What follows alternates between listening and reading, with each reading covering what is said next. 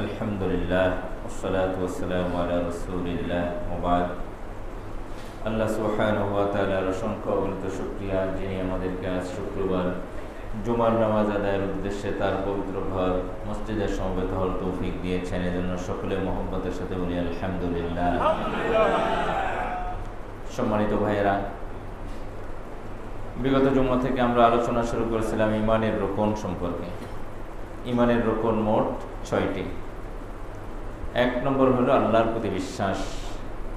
এ সম্পর্কে আমরা গত জুমায় আলোচনা করেছিলাম। আজকে হলো দ্বিতীয় রোকন, ঈমান বিল মালাইকা বা ফেরেশতাদের প্রতি বিশ্বাস। কাদের প্রতি বিশ্বাস?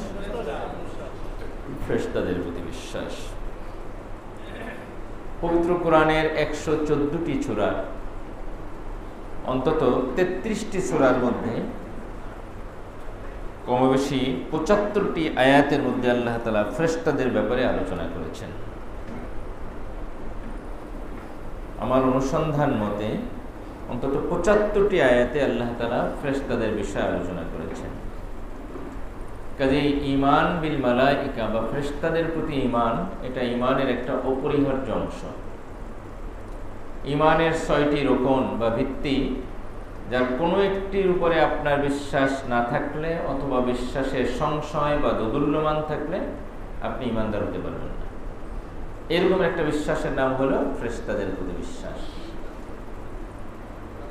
বর্তমানে মানুষের দ্বীনি সচেতনতা এবং দ্বীনি জ্ঞানের অভাব এত মাত্রায় যে বর্তমান জেনারেশনের একটা বড় অংশ যারা সংশয়ের মধ্যে নিবেদিত, যা দেখে না তা বিশ্বাস করতে চায় না।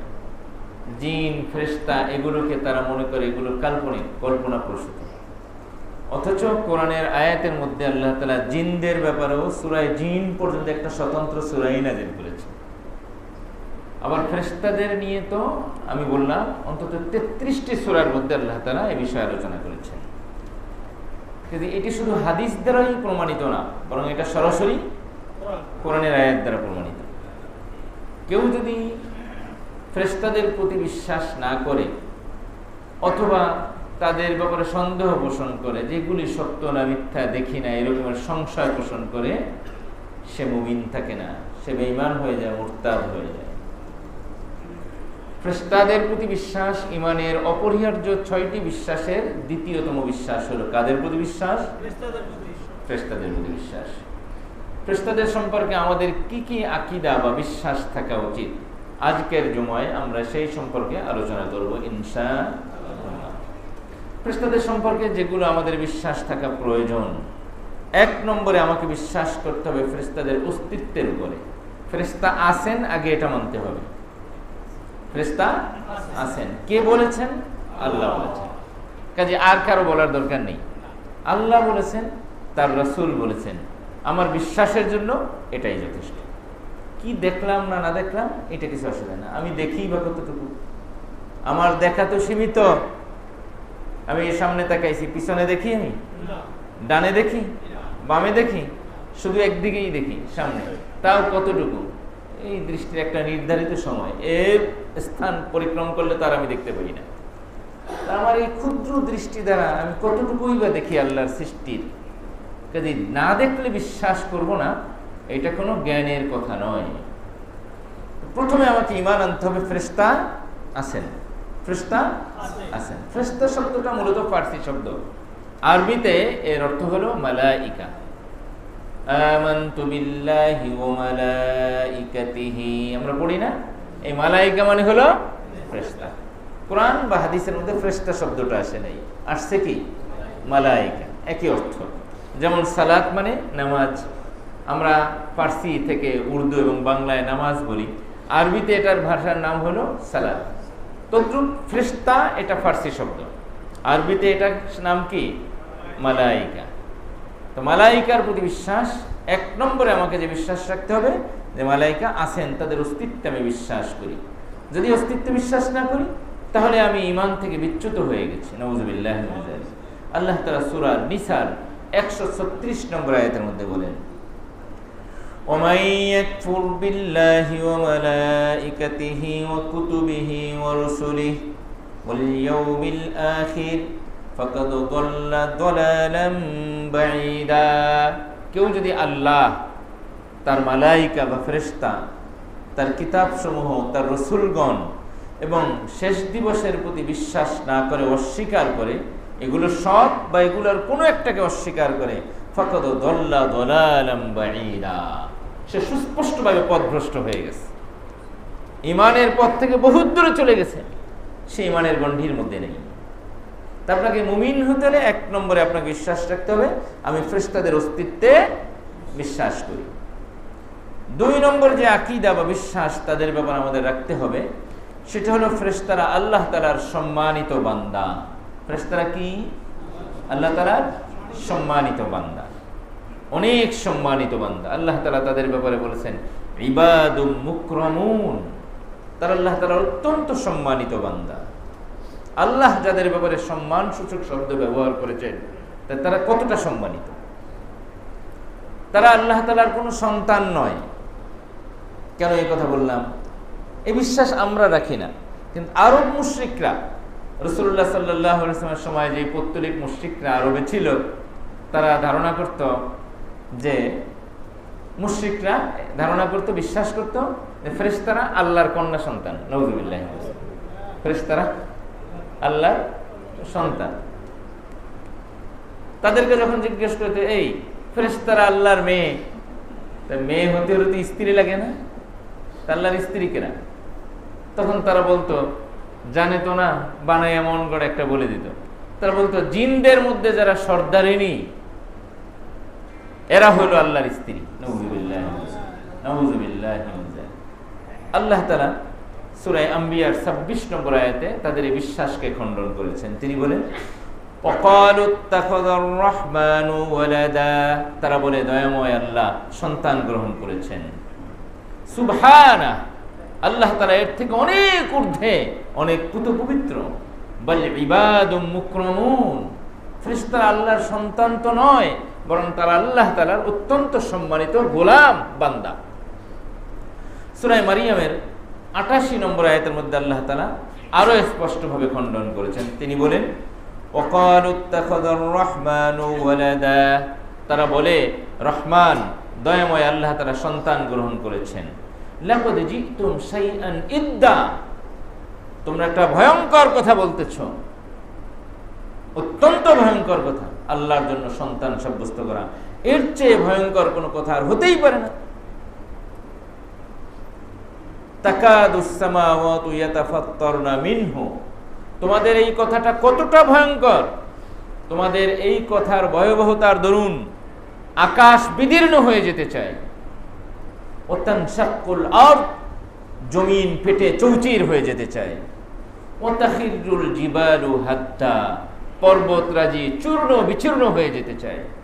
আন দাউ লির রহমানি ওয়ালাদা, যে তোমরা দয়াময় আল্লাহর জন্য কি সাব্যস্ত করতেছ? সন্তান সাব্যস্ত করতেছ। এটা এতটা ভয়ঙ্কর যে এর কারণে রাগে, গুসায়, ক্ষোভে আকাশ, জমিন, পাহাড়, পর্বত চূর্ণ বিচূর্ণ হয়ে যেতে চায়। এটা এতটাই ভয়ঙ্কর কথা তোমরা আল্লাহর নামে বলেছ। ওমা ইয়ামবাগি লির রহমানি আন ইয়াত্তাখিযা ওয়ালাদা, আল্লাহর জন্য মোটেই সমীচীন নয়, আল্লাহর জন্য এটা প্রয়োজনই নেই যে তিনি সন্তান গ্রহণ করবেন। সন্তান দরকার হয় মাখলুকের, আপনার দরকার হয় সন্তান, আমার দরকার হয় সন্তান। কেন? কারণ এখন যৌবন আছে, চলে ফিরে খাইতে পারি, বুড়োকালে কে দেখবে? হাট করে দিবে কে? বাজার করে দিবে কে? অসুস্থ হলে চিকিৎসা কে করাবে? এই জন্য মানুষের কি দরকার হয়? সন্তান দরকার। আল্লাহ কি এরকম মুখাপেক্ষিতা আছে? আল্লাহর তো মুখাপেক্ষিতা নেই। তিনি তো যেমন ছিলেন তেমন আছেন, তেমন থাকবেন অনাদি অনন্ত। তার তো সন্তানের কোনো প্রয়োজন নেই। কিন্তু কোন বললেই সাথে সাথে হয়ে যায়। তিনি এক মুহূর্তে যদি বলেন জিব্রিলের মতো 1 কোটি জিব্রিল তৈরি হয়ে যাও, হয়ে যাবে না? তো যিনি বললেই সবকিছু হয়ে যায়, তার আবার সন্তানের মুখাপেক্ষিতা কেন? কত বড় ভয়ঙ্কর কথা তোমরা এগুলো বলতেছো। আল্লাহ তাআলা বলেন, ইন কুল্লু মান ফিস সামাওয়াতি ওয়াল আরদ ইল্লা আতির রহমানি আবদা, আকাশ এবং জমিনে যা কিছু আছে সকলেই আল্লাহর গোলাম, সকলেই আল্লাহর গোলাম, কেউ আল্লাহর সন্তান না। লাকাদ আহসাহুম ওয়া আদ্দাহুম আদ্দা, আল্লাহ এদের সকলকে পরিবেষ্টন করে রেখেছেন এবং সকলকে গুণে রেখেছেন। মানুষ কতগুলো, আমরা জানি না সৃষ্টির সূচনা থেকে আজ পর্যন্ত কতগুলো মানুষ এসেছে, আমাদের জানা আছে, কিন্তু তিনি জানেন। জিন কতগুলি, ফেরেশতা কতগুলি, সব সংখ্যা কার জানা আছে? আল্লাহ তাআলার জানা আছে। ওয়াকুল্লুহুম আতিহি ইয়াউমাল কিয়ামাতি ফারদা, কিয়ামতের দিন, শেষ বিচারের দিন সকলে একাকী অবস্থায় রবের সামনে দণ্ডায়মান হবে। তোমরা যে এই সমস্ত বানোয়াট কথা, ভয়ঙ্কর কথা বলতেছো, সেদিন আল্লাহর সামনে দাঁড়িয়ে এগুলির ব্যাপারে জিজ্ঞাসাবাদ করা হবে, এবং একাকী দাঁড়াবা, কোনো দল নেই, কোনো নেতা নেই, কোনো কর্মী নেই। এখন তোমরা স্লোগান দেই সামনে চলো, আমরা আছি কোথায়? পিছনে। হ্যাঁ, ওই দিন পিছনেই থাকা লাগবে, সামনে যাওয়ার সুযোগ নেই। প্রত্যেকের হিসাব একাকী দিতে হবে। চাটুকার, তৈলবাজ, দালাল কোনো খাওয়া নেই, কোনো চলবে না। যার কথার হিসাব, যার কর্মের হিসাব তাকেই বুঝিয়ে দিতে হবে। কেউ সাহায্যকারী হিসাবে থাকবে না পাশে। প্রত্যেকে নিজের চিন্তায় বিভোর, আমার কি হয়, আমার কি হয়। আর একজনের ভাবনার সুযোগ কোথায়? সন্তান বাবার পরিচয় দিবে না, মা সন্তানের পরিচয় দিবে না, এমন একটা কঠিন বিভীষিকাময় মুহূর্ত। তো সেখানে একজন আরেকজনের উপকারে কিভাবে আসবে? এমন একটা কঠিন পরিস্থিতির সম্মুখীন হবে, যেদিন সকলে একাকী রবের সামনে দণ্ডায়মান হবে।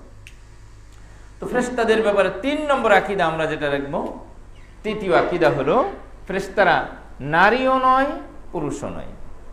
বলুন, ফেরেশতারা কি নয়? নারীও নয়, পুরুষও নয়। মানুষের মধ্যে কি আছে? পুরুষ আছে, নারী আছে। জিনদের মধ্যে পুরুষ আছে, নারী আছে। অন্যান্য প্রাণী সমূহের মধ্যে যে পুরুষ নারী আছে। ফেরেশতারা এক ভিন্ন সত্তা, যারা লিঙ্গের ঊর্ধ্বে। তাদের মধ্যে স্ত্রীলিঙ্গ নাই, পুংলিঙ্গ নেই। তারা পুরুষও না, নারীও না, ভিন্নভাবে আল্লাহ তাআলা তাদেরকে সৃষ্টি করেছেন। আল্লাহ তাআলা বলেন, ওয়াজআলুল মালাইকাতাল লাযীনা হুম ইবাদুর রহমানি ইনাসা, সূরা যুখরুফের 19 নম্বর আয়াতে বলেন, মুশরিকরা ফেরেশতাদেরকে কন্যা সাব্যস্ত করেছে। আশাহিদু খালকাহুম, আল্লাহ প্রশ্ন করেন, আমি যখন ফেরেশতাদেরকে বানিয়েছিলাম তখন যারা বলে ফেরেশতারা মেয়ে, ওরা কি সেখানে উপস্থিত ছিল? আমি ফেরেশতাদের যে মেয়ে করে বানিয়েছি, এইটা কি ওরা উপস্থিত থেকে দেখেছে? ফেরেশতাদের সৃষ্টি আগে না মানুষের সৃষ্টি আগে? কত আগে, কত আগে। তখন তো মানুষের অস্তিত্বই হয় নাই।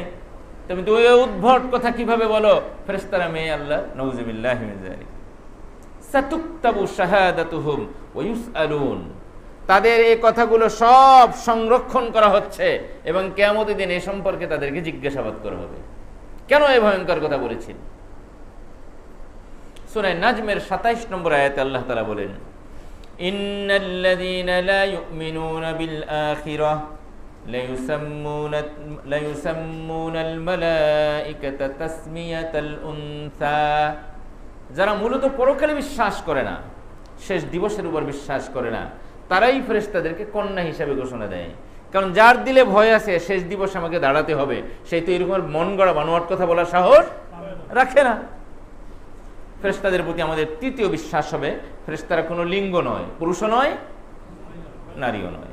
এটা হলো 3 নম্বর আকীদা বিশ্বাস। 4 নম্বর আকীদা বিশ্বাস হলো ফেরেশতারা আল্লাহ তাআলার কোনো অবাধ্য আচরণ, নাফরমানি তারা করেন না, কোনো গুনাহের কাজ করেন না, আল্লাহর কোনো আদেশের পরিপন্থী কোনো কাজ তারা করেন না। এটা আল্লাহ তাআলা কোরআনের কোথায় বলেছেন? সূরা তাহরিমের 6 নম্বর আয়াতে আল্লাহ তাআলা বলেন, লা ইয়াসুনাল্লাহা মা আমারহুম ওয়া ইয়াফআলুনা মা ইউমারুন। লা ইয়াসুনাল্লাহা মা আমারহুম, আল্লাহ তাদেরকে যেই বিষয়ের আদেশ দেন কোনো আদেশের বিপরীত তারা করে না। ওয়া ইয়াফআলুনা মা ইউমারুন, এবং তারা আল্লাহর পক্ষ থেকে আদিষ্ট বিষয় তারা করে। যেই বিষয় আল্লাহ তাদেরকে নির্দেশ দেন সেইটাই শুধু করে। তাহলে আল্লাহর আদেশের পরিপন্থী কোনো কাজ করে না। তারা কোনো গুনাহ করে না, ফেরেশতারা কোনো গুনাহ করে না, তারা নিষ্পাপ। বরং ফেরেশতারা গুনাহ করবে তো দূরের কথা, তাদের মধ্যে গুনার কোনো কামনা বাসনাই জাগ্রত হয় না।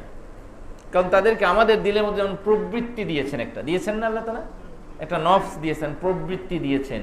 সুন্দরী মেয়ে দেখলে যুবকদের দিল ওদিকে আকৃষ্ট হয়, একটু তাকাইতেই মনে চায়, তাকায় থাকে। হ্যাঁ, যখন একাকী কেউ থাকে না তখন এক ধাপে তাকাই থাকে। রাতের আধারে একাকী ফেসবুক স্ক্রল করতেছেন, নারীদের ছবি আসতেছে, অসহায়ের মতো দেখতেছেন। আচ্ছা, এটা দৃষ্টির কোনো ফায়দা নেই, কারণ আপনি যেই দৃষ্টিটা দিচ্ছেন যে নারীটার উপরে খুব সুন্দরী, মানলাম, তো এইটাকে দেখে আপনার লাভ কি? এইটা কি আপনার কখনো স্ত্রী হবে? আপনি পাবেন একে?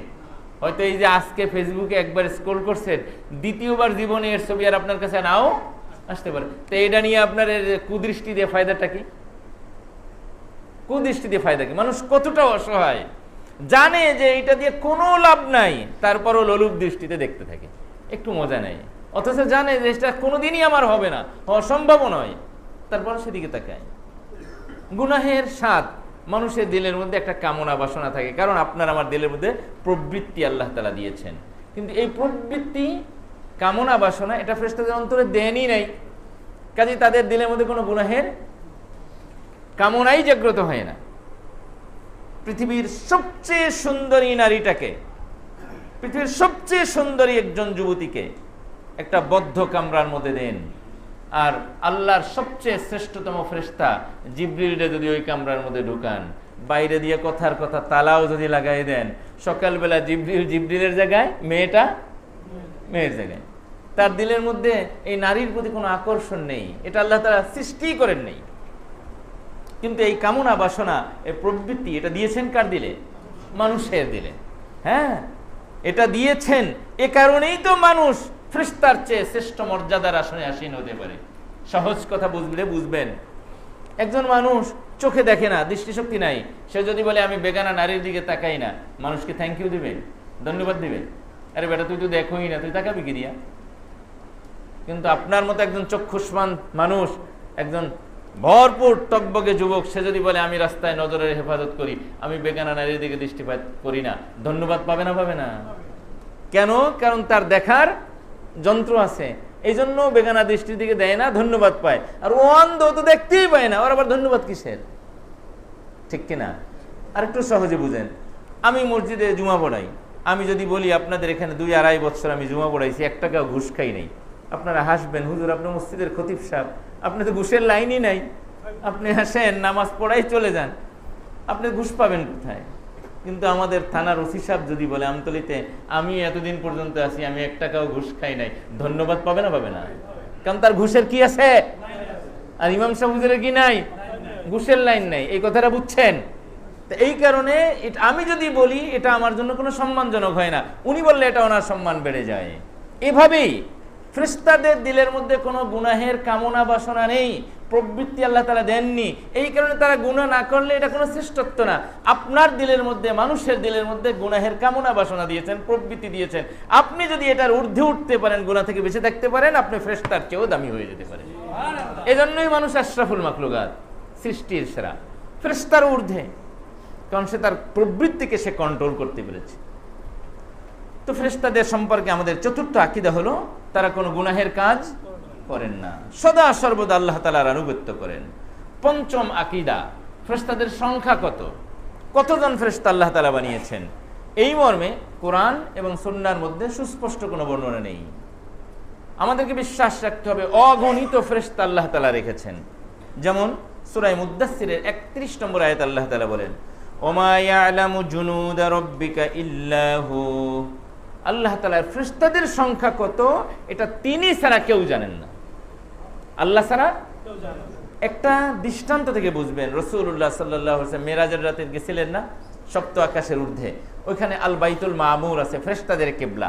আমাদের কিবলার নাম কি? কাবা শরীফ। আমাদের কিবলার নাম কি? কাবা শরীফ। ফেরেশতাদের কিবলা হলো আল বাইতুল মামুর। রাসূলুল্লাহ বলেন আমি দেখতে পেলাম প্রতিদিন 70,000 ফেরেশতা ওই আল বাইতুল মামুরের তওয়াফ করে, প্রদক্ষিণ করে। বিস্ময়ের ব্যাপার হলো আজকে যেই 70,000 ফেরেশতারা বাইতুল মামুরের তওয়াফ করলো, কিয়ামতের আগে পুনরায় তারা তওয়াফের সিরিয়াল পাবে না। এখন ধারণা করেন আল্লাহর ফেরেশতার সংখ্যা অগণিত। এজন্য সংখ্যার ব্যাপারে আমাদের নিশ্চিত কোনো জ্ঞান নাই। আমরা বিশ্বাস রাখবো আল্লাহ অসংখ্য অগণিত ফেরেশতা সৃষ্টি করেছেন। আকীদা নম্বর 6, ফেরেশতাদের ব্যাপারে আমাদের আরেকটা আকীদা পোষণ রাখা, সেটা হলো আল্লাহ তাআলা কোরআনের মধ্যে এবং রাসূলুল্লাহ সাল্লাল্লাহু আলাইহি ওয়াসাল্লামের সুন্নাহর মধ্যে যে সমস্ত ফেরেশতাদের নাম বলেছেন তাদেরকে নাম সহই বিশ্বাস করা। আর অনেক ফেরেশতা এমন আছে যাদের নাম আল্লাহ তাআলা বলেননি, তাদের নাম নিজেদের পক্ষ থেকে বানোয়াট করব না, বরং তাদেরকে নাম ছাড়াই বিশ্বাস করব। যেমন জিব্রিল, এই নাম আল্লাহ তাআলা কোরআনের মধ্যে বলেছেন। জিব্রিল, জিব্রাইল, জাবরিল, এভাবে পড়া যায়, একাধিক শব্দে পড়া যায় এটাকে। এটা কোরআনের মধ্যে আল্লাহ তাআলা নাম নিয়েছেন। আবার মিকাইল, আল্লাহ তাআলা কোরআনে নাম নিয়েছেন। ইসরাফিল, কোরআনে নাম নিয়েছেন। আজরাইল, এই নামটি কোরআনে নেই, কোরআনে তার নাম বলা হয়েছে মালাকুল মউত। কুল ইয়াতাওয়াফাকুম মালাকুল মাউতিল্লাযী উক্কিলা বিকুম, তোমাদের প্রাণ সংহার করবে মালাকুল মউত। কোরআন এবং সুন্নাহর ভাষায় এটা আজরাইলের নাম হলো মালাকুল মউত। মালাক মানে ফেরেশতা, মউত মানে মৃত্যু, মৃত্যুদূত, মৃত্যুর ফেরেশতা। ইসরাইলি বর্ণনায় তার নাম, পূর্ববর্তী আসমানি গ্রন্থসমূহের মধ্যে তার নাম এসেছে আজরাইল। মূলত কোরআন এবং সুন্নাহর ভাষায় তার নাম কি? মালাকুল মউত। তো এই নামটা কোরআনের মধ্যে এসেছে। এমনিভাবে জান্নাতের রক্ষী ফেরেশতার নাম রাসূলুল্লাহ সাল্লাল্লাহু আলাইহি ওয়াসাল্লাম বলেছেন রিদওয়ান, বুখারী শরীফের বর্ণনার মধ্যে এসেছে। জাহান্নামের যে মূল দারোগা, রক্ষী ফেরেশতা, তার নাম হলো মালিক, এটা কোরআনের মধ্যে আছে। ওয়ানাদাউ ইয়া মালিক, মালিক শব্দটা কোরআনে এসেছে। তো যে সমস্ত ফেরেশতাদের নাম আল্লাহ কোরআন এবং রাসূলুল্লাহ সাল্লাল্লাহু আলাইহি ওয়াসাল্লাম সুন্নাহর মধ্যে বলেছেন, আমরা তাদের নাম সহই বিশ্বাস করব। আর যাদের নাম বলেন নাই, তাদের নাম ছাড়াই আমরা তাদের উপর ঈমান আনি। যাদের নাম আমরা জানি তাদের উপর ঈমান আনি, যাদের নাম আমরা জানি না তাদের উপরেও ঈমান আনি। আকীদা নম্বর 7, ফেরেশতাদের ব্যাপারে সপ্তম আকীদা বা বিশ্বাস আমাদের যেটা রাখতে হবে, ফেরেশতারা কিসের তৈরি? ফেরেশতারা হলো নূরের তৈরি। বলেন না, ফেরেশতা কিসের তৈরি?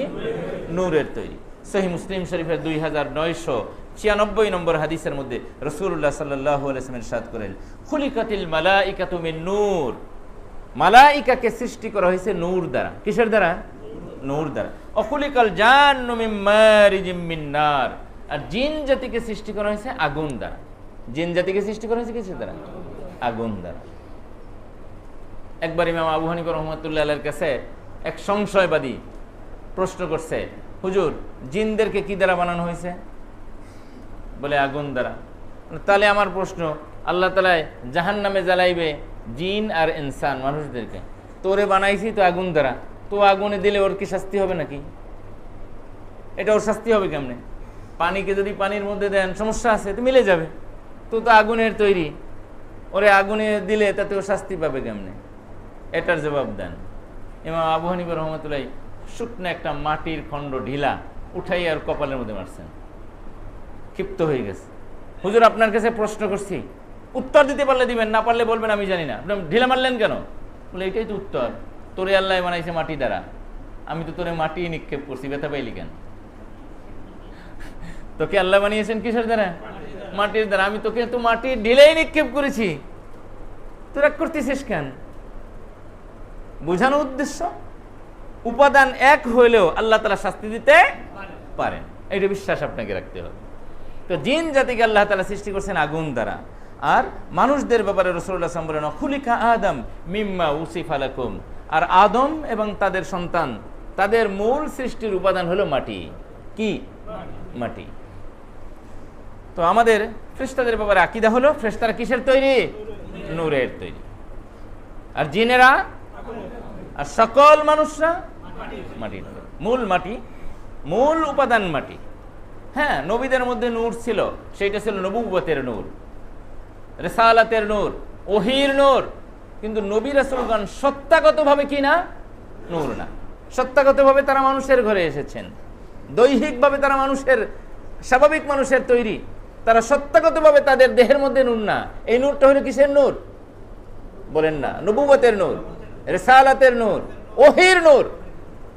এই কথাটা বুঝে নেন। এটা নিয়ে আমাদের দেশে অহেতুক বিতর্ক সৃষ্টি করা হয়, যেটা কোনো কাজে আসে না। নবী কি নূরের তৈরি নাকি? এটা কি? এটা জানার কি বিষয় হলো? এটা কি আল্লাহ তাআলা বলেছেন? কোরআনের অসংখ্য আয়াতের মধ্যে আল্লাহ তাআলা নবীকে বাশার বলেছেন, ইন্নামা আনা বাশারুম মিসলুকুম, আমি বাশার। বাশার মানে কি? মানুষ। নবীরাও মানুষ, তবে হ্যাঁ আমাদের ন্যায় মানুষ না, তারা মহামানুষ। বাশারুন লা কাল বাশার বাল কাল ইয়াকুতি বাইনাল হাজার। এই রাস্তায় যখন নির্মাণ কাজ করে, রাস্তায় পাথর দেয় না? পাথর ওইটাও পাথর। আর জোবাইদা রহমান, তারেক রহমানের মিসেস, এর নাকে কানের মধ্যে যদি কোনো অলংকার থাকে ওইটার মধ্যেও পাথর থাকে, ওইটা পাথর আর এই পাথর কি এক? এক। তো বাশারুন লা কাল বাশার বাল কাল ইয়াকুতি বাইনাল হাজার। হাজারো পাথরের মধ্যে ইয়াকুত পাথর যেমন ভিন্ন, তো এই মানব জাতির মধ্যে নবী মুহাম্মদুর রাসূলুল্লাহ সাল্লাল্লাহু আলাইহি ওয়াসাল্লামের ভিন্ন। তিনি মহামানব, তিনি সাধারণ মানুষ নন, তিনি মহামানব। তবে সত্যাগতভাবে তিনি মানুষ, আর তার মধ্যে রয়েছে নবুওয়াত এবং রিসালাতের নূর, তার মধ্যে রয়েছে ওহির নূর। এখানেই সাধারণ মানুষের মধ্যে আর তার মধ্যে ভিন্নতা। অষ্টম আকীদা, ফেরেশতাদের ব্যাপারে আমাদের অষ্টম নম্বর বিশ্বাস যেটা রাখতে হবে সেটা হলো ফেরেশতারা ইয়াতাশাক্কালু বিআশকালিন মুখতালিফা, বিভিন্ন ধরনের আকৃতি দ্বারা ধারণ করতে পারেন, বিভিন্ন ধরনের আকৃতি ধারণ করতে পারেন। মানুষ কি অন্য কিছুর আকৃতি ধারণ করতে পারে নাকি? পারে কৃত্রিমভাবে, যেমন খুশি তেমন সাজো। কি সাজে?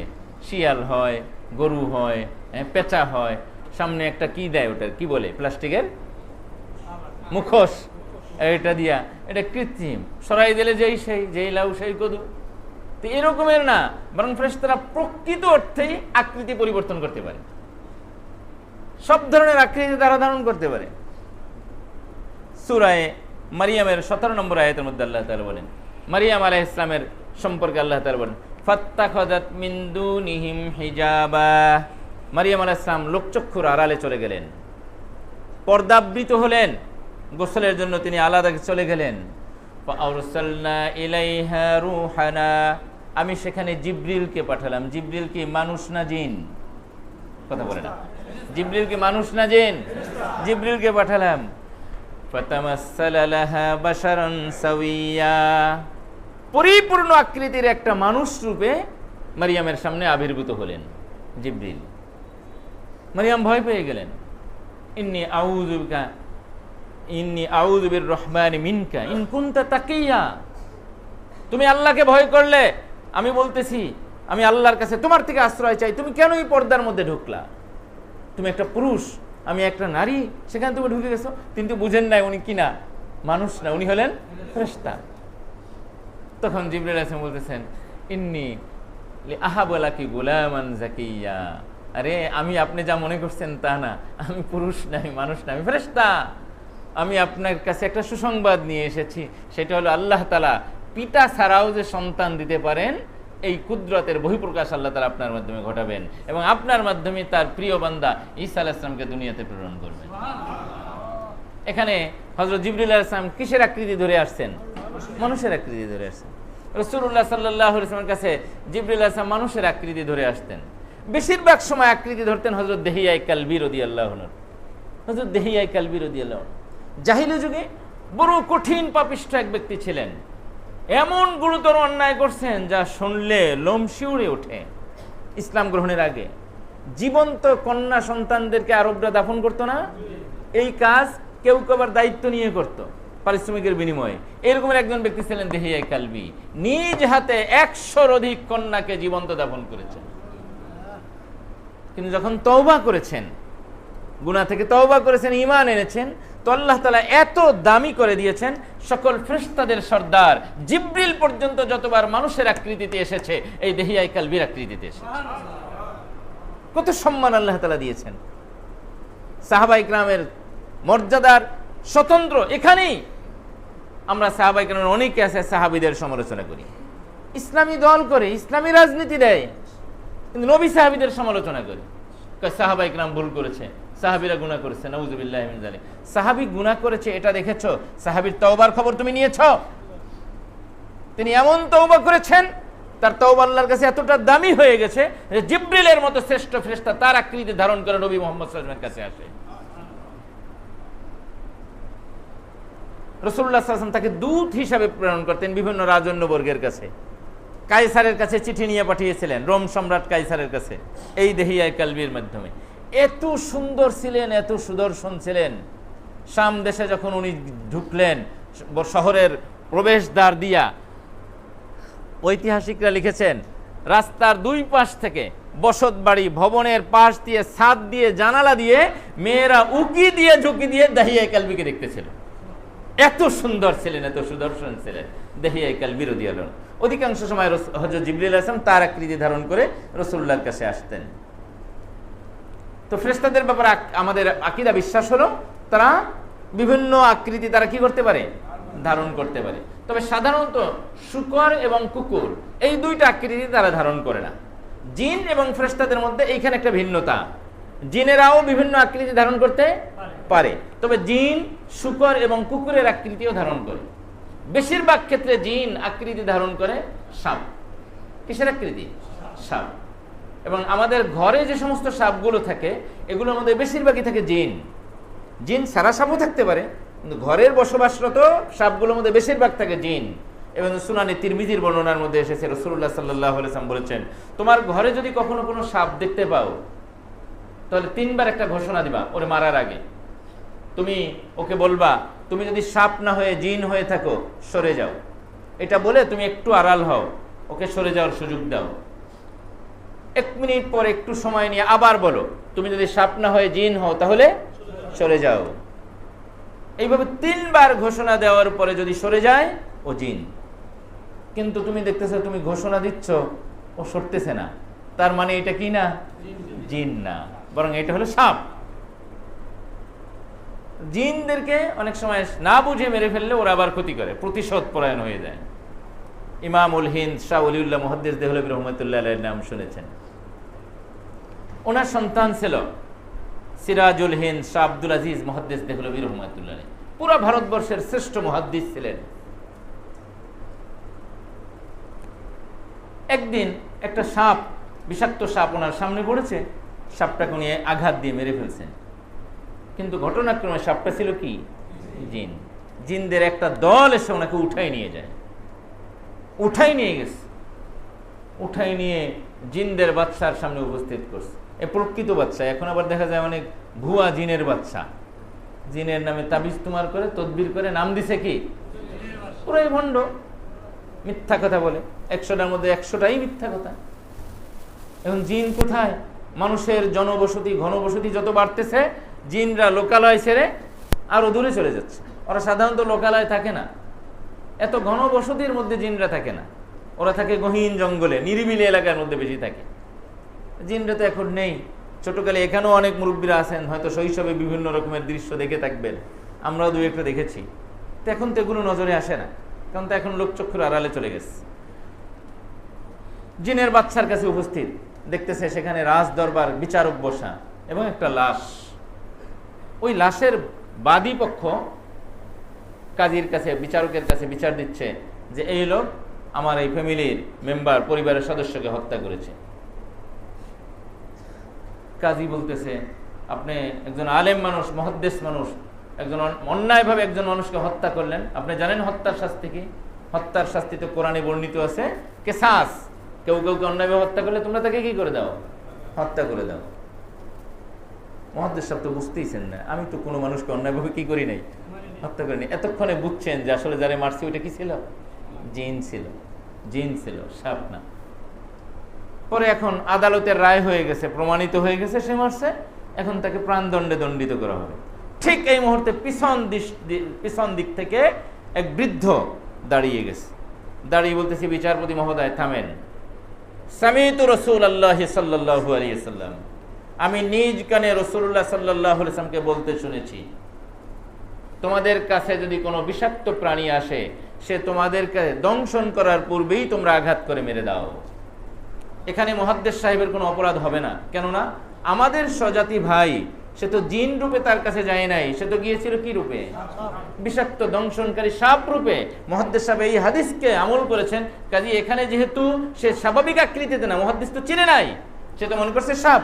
এই হাদিস তার সামনে থাকার কারণে তার উপরে প্রাণদণ্ড আপনি প্রয়োগ করতে পারবেন না। বিচারক থেমে গেল, বিচারক থেমে গেল।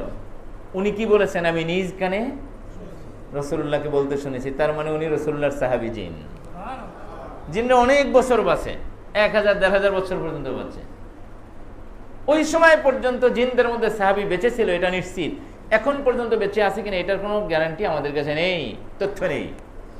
তো এই হাদিসটা শাহ আব্দুল আজিজ মুহাদ্দিস দেহলভী রহমাতুল্লাহ আলাইহি ওই জিন সাহাবীর থেকে সরাসরি বর্ণনা করতেন। শাহ আব্দুল আজিজ মুহাদ্দিস দেহলভী রহমাতুল্লাহ আলাইহির কাছ থেকে এই হাদিস গ্রহণ করেছেন শাহ ইসহাক দেহলভী রহমাতুল্লাহ আলাইহি। তার থেকে বর্ণনা করেছেন এই হাদিস কাজী আমাতুল্লাহ, তার মেয়ে। তার থেকে এই হাদিস বর্ণনা করেছেন কাজী ইয়াকুব ভূপালী রহমাতুল্লাহ আলাইহি।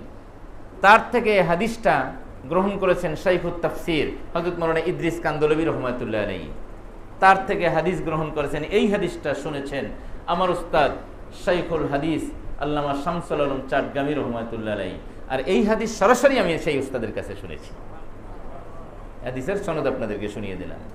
তো জিনদের ব্যাপারে তারা যে কোনো আকৃতি ধারণ করতে পারে, কিন্তু ফেরেশতারা শুকর এবং কুকুর এই দুটার আকৃতি ধারণ করতে পারে, কিন্তু ধরে না, কেননা এটা নোংরা।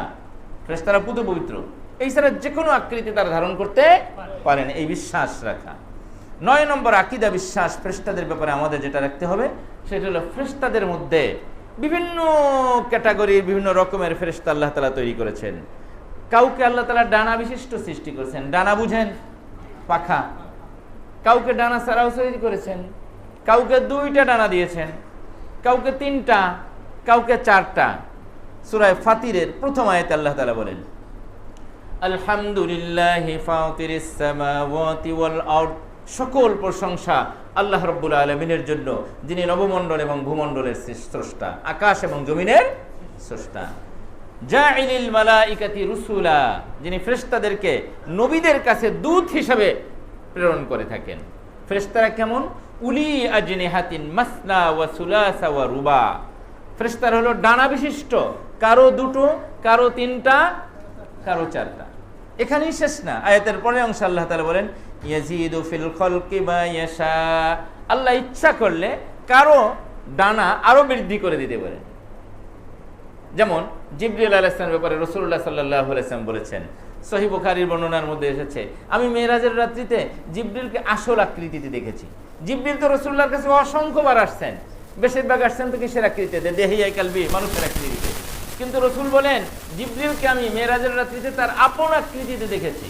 রাআইতু জিবরিল ইনদা সিদরাতিল মুনতাহা, সিদরাতুল মুনতাহা সপ্ত আকাশের ঊর্ধ্বে, সেখানে আমি জিবরিলকে তার আসল আকৃতিতে দেখেছি। লাহু সিত্তু মিআতি জানাহ, জিবরিলের 600 ডানা, 600 ডানা। একটা ডানার দূরত্ব কত?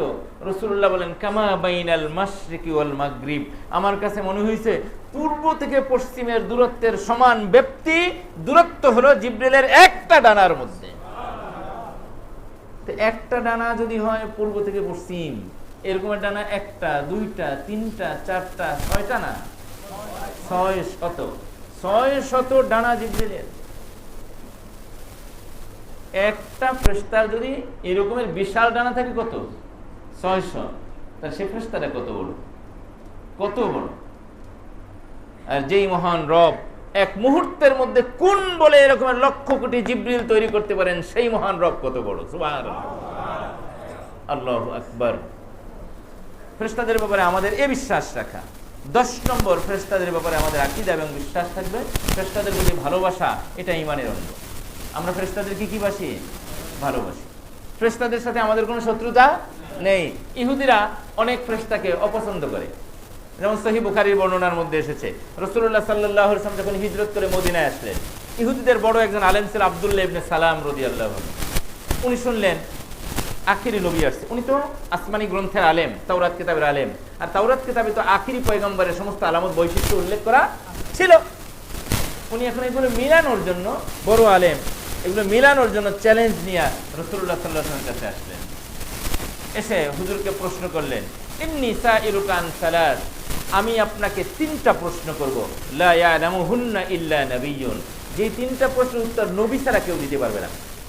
যদি আপনি এটার সঠিক উত্তর দিতে পারেন তাহলে বুঝবো আপনি নবী, আপনি সঠিক উত্তর দিতে না পারলে নবী না। 1 নম্বর প্রশ্ন হলো মা আউয়ালু আসরাতিস সাআ, কিয়ামতের কাছাকাছি সময় প্রথম আলামতটা কি বলেন? প্রশ্ন নম্বর 1।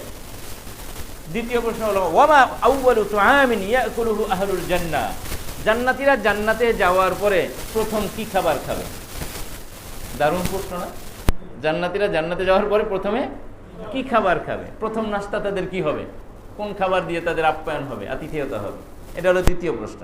3 নম্বর প্রশ্ন হলো ওমা বালুল ওয়ালাদ ইয়ানজি ইলা আবিহি আও ইলা উম্মিহি, বাবা মা তো একই, সন্তান চেহারা কখনো বাবার সাথে মিলে যায়, কখনো সন্তানের চেহারা মায়ের সাথে মিলে। চেহারার আকৃতি কখনো কার সাথে মিলে? মায়ের সাথে মিলে। কোন সন্তানের চেহারা বাবার সাথে মিলে, এর কারণটা কি? প্রশ্ন কয়টা? 3টা। 1 নম্বর প্রশ্ন কি ছিল? কিয়ামতের কাছাকাছি সময় প্রথম আলামত কি? দ্বিতীয় প্রশ্ন, জান্নাতীরা জান্নাতে প্রথম কি খাবার খাবে? আর 3 নম্বর হলো সন্তান, কোন সন্তানের চেহারা বাপের সাথে মিলে, কোন সন্তানের চেহারা মায়ের সাথে মিলে, এর কারণ কি? সহিহ বুখারী শরীফ 3938 নম্বর হাদিস। রাসূলুল্লাহ সাল্লাল্লাহু আলাইহি ওয়াসাল্লাম উত্তর দেওয়ার আগে বললেন আখবারানি বিহি জিবরিল আরিফান। এই 3টা প্রশ্নের উত্তর তো জিবরিল আমাকে কেবল বলে দিল। সুবহানাল্লাহ বলবেন না? কে বলে দিছে? জিবরিল। শুনেই আব্দুল্লাহ ইবনে সালাম রাদিয়াল্লাহু আনহু, ইহুদিদের বড় আলেম, জিবরিল বলেন হ্যাঁ, যাকা আদুউল ইহুদ মিনাল মালাইকা। জিবরিল তো হলো ফেরেশতাদের মধ্যে থেকে ইহুদিদের সবচেয়ে বড় শত্রু।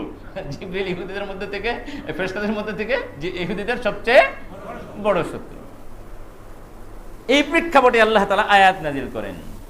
সূরা বাকারার 98 নম্বর আয়াত আল্লাহ বলেন মান কানা আদুওয়াল লিল্লাহি ওয়া মালাইকাতিহি ওয়া রুসুলিহি ওয়া জিবরিল ওয়া মিকাল ফাইন্নাল্লাহা আদুউল লিল কাফিরিন। কেউ যদি আল্লাহ, তার ফেরেশতাসমূহ, তার রাসূলগণ, জিবরিল কিংবা মিকাইলের সাথে শত্রুতা করে, সে জেনে রাখুক আল্লাহও এমন কাফেরদের শত্রু। জিবরিলকে ইহুদিরা কেন শত্রু মনে করে, এটার ভিন্ন কারণ, অনেক বড় বিস্তারিত ইতিহাস, আমি ওইদিকে আজকে যেতে চাই না। প্রশ্ন 3টার উত্তর দিয়ে আপনাদের কৌতূহলী মন থেকে জেনে মানে একটা জানার আগ্রহ থাকে, হুজুর প্রশ্ন 3টার উত্তর কি জানার একটা আগ্রহ থাকে না? 1 নম্বর প্রশ্ন ছিল কিয়ামতের কাছাকাছি সময় সর্বপ্রথম আলামতটা কি হবে? কিয়ামতের আলামতগুলো 3 ভাগে বিভক্ত। একটা হলো ক্ষুদ্র আলামত, একটা হলো মধ্যম আকৃতির আলামত, আর একটা হলো বড় আলামত। আলামতে সুগরা, আলামতে উস্তা, আলামতে কুবরা। এখানে যে প্রশ্ন সেটা হলো কিয়ামতের একদম লাগোয়া, একদম কাছাকাছি সময়। রাসূলুল্লাহ বলেন সে আলামতটি হলো পূর্ব দিক থেকে একটা আগুন বের হবে পৃথিবীর ভূখণ্ডে। সেই আগুন পৃথিবীর মানুষকে তাড়িয়ে শাম দেশে নিয়ে যাবে, হাসরের ময়দানের দিকে। শাম দেশ হবে কিসের ময়দান? হাসরের ময়দান। আল্লাহ তাআলা ওইটাকে বিশাল বিস্তৃত করে দিবেন, সমতল করে দিবেন। লা তারা ফিহা ইওয়াজাও আমতা ওয়ালা ইওয়াজা। সেখানে তুমি কোনো বক্রপথ দেখবে না, কোনো উঁচু নিচে টিলে দেখবে না, একদম রুটির মতো সমান প্লেন, পুরো পৃথিবীকে সমান্তরাল করা হবে। পুরো পৃথিবীকে উল্টে একটা নতুন আকৃতি আল্লাহ তাআলা দিবেন। তো কিয়ামতের একদম কাছাকাছি মুহূর্তের আলামত হলো পূর্ব দিগন্ত থেকে একটা কি বের হবে? আগুন হাঁকিয়ে মানুষকে হাসরের ময়দানের দিকে নিয়ে যাবে। আব্দুল্লাহ ইবনে সালাম বলেন হ্যাঁ সঠিক। দ্বিতীয় প্রশ্ন ছিল জান্নাতীরা জান্নাতে গেলে প্রথম কি খাবে? রাসূলুল্লাহ সাল্লাল্লাহু আলাইহি ওয়াসাল্লাম বলেন জান্নাতীরা জান্নাতে গেলে প্রথমে খাবে বালাম ও নুন, মাছের কলিজার ভুনা। মাছের কলিজা ভুনা। অনেকে মাছের কলিজা খায় না, এটা দুনিয়ার মাছ না, এটা কোথার মাছ? জান্নাতের মাছ। আর গরুর গোশত এবং মাছের কলিজা ভুনা, এই 2টা দ্বারা প্রথমে আপ্যায়ন শুরু করে জান্নাতের মধ্যে। কিসের দ্বারা বলেন? মাছের কলিজা, গরুর গোশত। এখন তো গরুর গোশতের প্রতি অনীহা সৃষ্টির ব্যাপক এক ষড়যন্ত্র চলতেছে। হিন্দুয়ানি সংস্কৃতিকে আমাদের চালু করার জন্য হোটেলের মধ্যে লিখে দেন নো বিফ। কারে খুশি করতেছ? এটা কি হিন্দু কয়টা?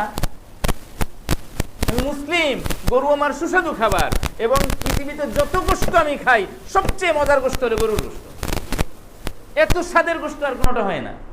ওরা ওদের দেবতা, ওদেরকে আল্লাহ তাআলা বানাইছেন, পুরা রাষ্ট্রটা বিশাল রাষ্ট্র আমাদের গো খামারের জন্য। কারণ বাংলাদেশে 20 কোটি জনগণ, এদেশে ঈদুল ফিতরে, ঈদুল আজহায়, এরপরে কি বলে শবে বরাত, শবে কদর, ঈদে মিলাদুন নবী, এরপরে কি কোরবানির সময় যেই পরিমাণ গরু জবাই করা হয়, দৈনিক যত গরু জবাই করা হয়, এতগুলো গরু যদি বাংলাদেশে পালন করা লাগতো তাহলে বাংলাদেশের মানুষ তো থাকতে পারতো না, হিজরত করে আরেক দেশে চলে লাগতো।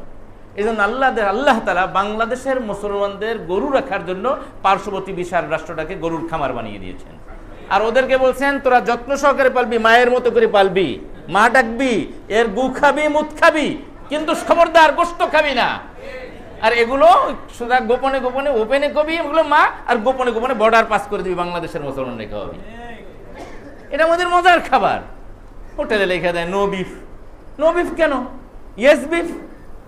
যেখানে নো বিফ ওখানে আমরা ঢুকবো না, খাবো না, বয়কট করবেন, বলবেন যে গরুর গোশত মাস্ট, এটা থাকতেই হবে, এটা মুসলমানদের ঐতিহ্য। নবী ইব্রাহিম আলাইহিস সালামের কাছে জিবরিল আলাইহিস সালাম আসছিলেন একবার মানুষের আকৃতিতে, উনি চিনতে পারেন নাই। কোরআন বলছে আনজা আবি ইজলিন হানিজ, যখন দেখছেন মেহমান আসছে, সাথে সাথে গরুর একটা নতুন তাজা গরু জবাই করে ভুনা করে প্লেটে ওনার সামনে উপস্থিত করে দিয়ে দিচ্ছেন। এটা একটা দারুণ খাবার, জান্নাতে আল্লাহ তাআলা এটা মুমিনদেরকে আপ্যায়ন করাবেন। ওরা খায় না, ওরা পূজা করুক, আপনার জন্য এটা হালাল, মজা করে খাবেন। আচ্ছা, 3 নম্বর প্রশ্ন ছিল সন্তানের সাদৃশ্য চেহারার কখনো বাবার সাথে মিলে কেন, কখনো মায়ের সাথে মিলে কেন? রাসূলুল্লাহ সাল্লাল্লাহু আলাইহি ওয়াসাল্লাম বলেন এর কারণ হলো মিলনের সময় যদি স্বামীর পানি বাচ্চা দানির মধ্যে আগে চলে যায়, তাহলে ওই প্রসবে ওই মিলনে যদি সন্তান আসে, এই সন্তানটা বাবার সাদৃশ্যের সাথে মিলে যায়।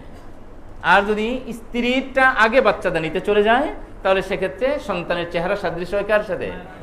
বলার সাথে সাথে আব্দুল্লাহ ইবনে সালাম বলেন আশহাদু আল্লা ইলাহা ইল্লাল্লাহু ওয়া আশহাদু আন্না মুহাম্মাদান আবদুহু ওয়া রাসূলুহু, আমি সাক্ষ্য দিচ্ছি নিশ্চয়ই আপনি আল্লাহর রাসূল। তবে ইয়া রাসূলুল্লাহ, ছোট্ট একটা কথা, ইহুদিরা অত্যন্ত মিথ্যাবাদী, জঘন্য পর্যায়ের মিথ্যাবাদী, ওদের আমি সবচেয়ে বড় আলেম, কিন্তু আমি ইসলাম গ্রহণ করেছি, এই কথা যদি ওরা শোনে তাহলে ওরা আমার ব্যাপারে যত মিথ্যা দোষ আছে সব বলবে। এই জন্য আপনার কাছে ওরা আসলে আগে আমার সম্পর্কে ওদের ধারণা কি, মন্তব্য কি, এটা আগে শুনে নেবেন, এরপরে বলবেন আমি মুসলমান হয়েছি। ইহুদিরা আসছে, হুজুর জিজ্ঞাসা করলেন কাইফা ফিকুম আব্দুল্লাহ ইবনে সালাম, এই ইহুদি সম্প্রদায় তোমাদের মধ্যে আব্দুল্লাহ ইবনে সালাম কেমন লোক? বলে হুয়া খাইরুনা ওয়া ইবনু খাইরিনা, তিনি আমাদের মধ্যে সবচেয়ে ভালো মানুষ এবং সবচেয়ে ভালো মানুষের সন্তান, তিনিও আমাদের মধ্যে সেরা, তার বাবা আমাদের মধ্যে সেরা। হুয়া সাইয়্যিদুনা ওয়া ইবনু সাইয়্যিদিনা, তিনি আমাদের সর্দার, তার বাবা আমাদের সর্দার। হুজুর বলেন কাইফা ইন আসলাম, যদি সে ইসলাম গ্রহণ করে তাহলে কেমন হবে? বলে আযাহুল্লাহু মিন যালিক, আল্লাহ যেন তার এর থেকে বাঁচায়। কি বলতেছে? আল্লাহ যেন তার এর থেকে বাঁচায়। বলার পরে পর্দার ভিতর থেকে আব্দুল্লাহ ইবনে সালাম বলেন লা ইলাহা ইল্লাল্লাহু মুহাম্মাদুর রাসূলুল্লাহ। এখন চেহারা মলিন হয়ে গেছে, কারণ এই ছিল তাদের সবচেয়ে বড় আলেম, চেহারা মলিন হয়ে গেছে, যাচ্ছে আর বলতেছে শাররুনা ওয়া ইবনু শাররিনা, আমাদের মধ্যে সবচেয়ে খারাপ লোক, এর বাপও সবচেয়ে খারাপ। নাউযুবিল্লাহি মিন যালিক। প্রিয় ভাইরা, আমরা আজকে ফেরেশতাদের সম্পর্কে আমাদের অপরিহার্য আকীদা বিশ্বাসের 10টি বিষয় আলোচনা করলাম। আল্লাহ তাআলা তৌফিক দিলে আমাদের ধারাবাহিক আলোচনার পরবর্তী অংশ